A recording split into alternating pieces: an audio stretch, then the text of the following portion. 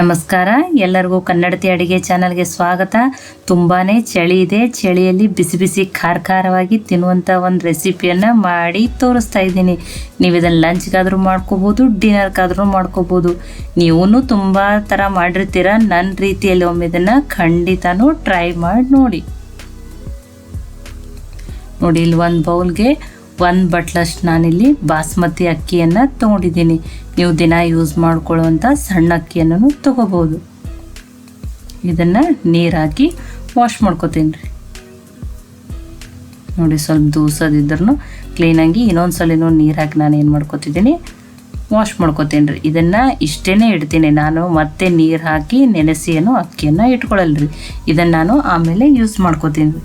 ಈಗ ಒಂದು ಮಿಕ್ಸರ್ ಜಾರ್ಗೆ 1-2 ಹಸಿಮೆಣ್ಸಿನ್ಕಾಯಿ, ಖಾರ ನೀವು ನೋಡಿಕೊಂಡು ಹಾಕೋಬೋದು. ತುಂಬ ಖಾರ ತಿನ್ನಲ್ಲ ಅಂದ್ರೆ ಒಂದೇ ಮೆಣಸಿನ್ಕಾಯಿ ಹಾಕ್ಬೋದು. 8-9 ಬೆಳ್ಳುಳ್ಳಿ ಹೆಸರು, 1 ಬಟ್ಲಾಗಷ್ಟು ನಾನಿಲ್ಲಿ ಪುದೀನ ಸೊಪ್ಪನ್ನು ತೊಳೆದ್ಬಿಟ್ಟು ಹಾಕ್ತಾಯಿದ್ದೀನಿ. ಪುದೀನ ಸೊಪ್ಪು ಎಷ್ಟು ಫ್ರೆಶ್ ಆಗಿರ್ತೈತೆ ಅಲ್ರಿ, ಫ್ಲೇವರ್ ತುಂಬಾ ಅಷ್ಟು ಚೆನ್ನಾಗಿ ಕೊಡ್ತದೆ ರೀ. ಈಗ ಇದನ್ನು 1 ಸುತ್ತಾಗಷ್ಟು ಅಷ್ಟೇ ಗ್ರೈಂಡ್ ಮಾಡ್ತೀನಿ ರೀ. ತುಂಬ ತರಿಯಾಗಿಯೇ ಇರಬೇಕು ರೀ, ಅದಂದ್ರೆ ಫ್ಲೇವರ ಚೆನ್ನಾಗಿ ಕೊಡ್ತದೆ ರೀ. ಸ್ಮೂತ್ ಪೇಸ್ಟ್ ಆಗೋವರೆಗೂ ಏನು ಬೇಡ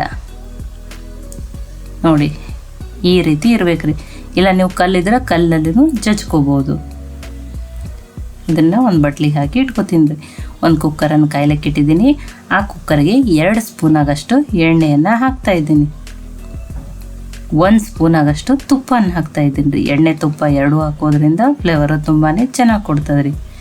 ಈಗ ಇದು ಕಾಯ್ದ ಮೇಲೆ 4 ಗೋಡಂಬಿಯನ್ನು ಹಾಕ್ತಾಯಿದ್ದೀನಿ. ಇದು ಆಪ್ಷನಲ್, ನೀವು ಬೇಕಂದ್ರೂ ಹಾಕೋಬೋದು, ಇಲ್ಲಂದ್ರೂ ಬಿಡ್ಬೋದು. ಇವನ್ನ ಸ್ವಲ್ಪ ಕೆಂಪಗಾಗೋವರೆಗೂ ಹುರಿಯೋಣ್ರಿ. ನೋಡಿರಿ, ಇಷ್ಟು ಹುರಿದ್ರೆ ಸಾಕ್ರಿ. ತುಂಬಾ ಕೆಂಪು ಹುರಿದ್ರೂ ಟೇಸ್ಟು ಕೈ ಹಾಕ್ತದೆ ರೀ. ಇಲ್ಲಿ ನೋಡಿ, ನಾನಿಲ್ಲಿ ಇದು ಸ್ಟಾರ್ ಥರ ಇರೋ ಒಂದು ನಕ್ಷತ್ರ ಸೊಂಪತ್ತೀವಲ್ರಿ, ಅದನ್ನು 4 ಲವಂಗ, 2 ಪಲಾವ್ ಎಲೆ, 1 ಸಣ್ಣ ಸ್ಪೂನಿಂದ 1 ಸ್ಪೂನು ಕಾಳು ಮೆಣಸು, 1 ಸ್ಪೂನ್ ಜೀರಿಗೆ, 2 ಏಲಕ್ಕಿ, 1 ಸ್ವಲ್ಪ ದಾಲ್ಚಿನ್ನಿ. ಈ ಮಸಾಲೆಗಳನ್ನೀಗ ಹಾಕ್ತಾಯಿದ್ದೀನಿ ರೀ. ಇವನ್ನ ಲೋ ಫ್ಲೇಮಲ್ಲಿ ಇಟ್ಟನೆ ಸ್ವಲ್ಪ ಹೊತ್ತು ಎಣ್ಣೆ ಒಳಗೆ ಹುರಿಯೋಣ್ರಿ. ಈಗ ಇವು ಹುರಿದ್ಮೇಲೆ 1 ಮೀಡಿಯಮ್ ಸೈಜ್ ಈರುಳ್ಳಿಯನ್ನು ಸಣ್ಣದಾಗಿ ಉದುದಾಗಿ ಕಟ್ ಮಾಡಿ ಹಾಕ್ತಾಯಿದ್ದೀನಿ ರೀ. ಈ ಈರುಳ್ಳಿಯನ್ನು ಹಸಿ ವಾಸನೆ ಹೋಗಿ ಕಲರ್ ಚೇಂಜ್ ಆಗುವವರೆಗೂ ಬೇಯಿಸ್ಕೊಳ್ಳೋಣ್ರಿ. ಸ್ವಲ್ಪ ಗೋಲ್ಡನ್ ಕಲರ್ ಆದ್ರೂ ನಡೀತದೆ ರೀ. ನೋಡಿ, ಇಷ್ಟ ಈಗ ಕರೆಕ್ಟಾಗಿ ಬೇಯ್ದದೆ ರೀ. ಇದಕ್ಕೆ ನಾನು ಇನ್ನೊಂದು ಸ್ವಲ್ಪ ವೆಜಿಟೇಬಲ್ಸ್ ಆ್ಯಡ್ ಮಾಡ್ತೀನಿ. ಅದಕ್ಕೆ ನಾನು ಸ್ವಲ್ಪ ಕಾಲಿಫ್ಲವರು, 1 ಚಿಕ್ಕದಾಗಿರುವಂಥ ಪೊಟ್ಯಾಟೊ ಮತ್ತು 1 ಕ್ಯಾರೆಟನ್ನು ಈ ರೀತಿ ಉದುದಾಗಿ ಕಟ್ ಮಾಡಿ ಹಾಕ್ತಾಯಿದ್ದೀನಿ. ಇವನ್ನು ಚೆನ್ನಾಗಿ ಎಣ್ಣೆ ಒಳಗೆ ಬೇಯಿಸ್ಕೊಳ್ಳೋಣ್ರಿ. ಗ್ಯಾಸು ಮೀಡಿಯಮ್ ಫ್ಲೇಮ್ದಲ್ಲಿನೇ ಇರಲಿ ರೀ. ಈ ರೀತಿ ಎಣ್ಣೆಯಲ್ಲೇ ಈಗ ಕರೆಕ್ಟಾಗಿ ಬೇಯ್ದು ಸ್ವಲ್ಪ ಸಾಫ್ಟೂ ಆಗ್ಯಾವ್ರಿ, ಕಲರೂ ಚೇಂಜ್ ಆಗ್ಯದ ರೀ. ಇದಕ್ಕೀಗ 1 ಟೊಮೆಟೊನ ನಾನು ಈ ರೀತಿ ಉದ್ದುದಾಗಿ ಕಟ್ ಮಾಡಿ ಹಾಕ್ತಾಯಿದ್ದೀನಿ. ನೀವು ಸಣ್ಣದಾಗಿನೂ ಹಾಕ್ಬೋದು. ಮೊದಲೇ ಹಾಕಿರೋ ಟೊಮೆಟೊ ಆಲ್ರೆಡಿ ಸಾಫ್ಟ್ ಇರ್ತೈತೆ ರೀ, ಅದಕ್ಕೆ ನಾನು ಈಗ ಹಾಕಿದ್ದೀನಿ. ಈಗ ಅದನ್ನು ಪುದೀನ ಮತ್ತು ಹಸಿಮೆಣ್ಸಿನ್ಕಾಯ್ದು ಪೇಸ್ಟನ್ನು ಹಾಕಿದ್ದೀನಿ. 1 ಸ್ಪೂನ್ ಆಗಷ್ಟು ರೆಡ್ ಚಿಲ್ಲಿ ಪೌಡ್ರು, 1 ಸ್ಪೂನ್ ಆಗಷ್ಟು ಧನಿಯಾ ಪೌಡ್ರು, 1 ಸ್ಪೂನ್ ಆಗಷ್ಟು ಗರಂ ಮಸಾಲ. ಇವನು ಎಣ್ಣೆ ಒಳಗೆ ಲೋ ಫ್ಲೇಮಲ್ಲಿಟ್ಟೇ ಚೆನ್ನಾಗಿ ಬೇಯಿಸ್ಕೊಂಡ್ರಿ. ಮಸಾಲೆ ಎಷ್ಟು ಚೆನ್ನಾಗಿ ಬೇಯ್ತದಲ್ರಿ, ಪಲಾವ ತುಂಬಾ ಚೆನ್ನಾಗಿ ಆಗ್ತೈತೆ ರೀ. ಈಗ ಇವು ಕರೆಕ್ಟಾಗಿ ಬೇಯ್ತದ್ರಿ ಇದು ಮಸಾಲೆ ಎಲ್ಲ. ಈಗ ತೊಳೆದಿಟ್ಕೊಂಡಿರುವಂಥ ಅಕ್ಕಿಯನ್ನು ಹಾಕ್ತಾಯಿದ್ದೀನಿ. ನೋಡಿ, ಇಲ್ಲಿ ಸ್ವಲ್ಪ ಹಸಿ ವಟಾಣಿ ಹಾಕ್ತಾಯಿದ್ದೀನಿ. ಒಣ ವಟಾಣಿದು ನೀರಲ್ಲಿ ನೆನೆಸಿದ್ರೆ ಅವು ಸ್ವಲ್ಪ ಹಾರ್ಡ್ ಇರ್ತಾವೆ ರೀ.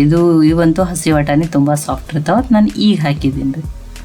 1 ಸ್ಪೂನ್ ಆಗಷ್ಟು ನೀವಿಲ್ಲಿ ಲೆಮನ್ ಜ್ಯೂಸನ್ನು ಕಂಪಲ್ಸರಿ ಹಾಕಿರಿ. ಇದ್ರ ಫ್ಲೇವರ್ ತುಂಬಾ ಚೆನ್ನಾಗಿ ಕೊಡ್ತದೆ ರೀ. ಇದನ್ನು ಸ್ಕಿಪ್ ಮಾಡಬೇಡಿ. ರುಚಿಗೆ ತಕ್ಕಷ್ಟು ಉಪ್ಪು.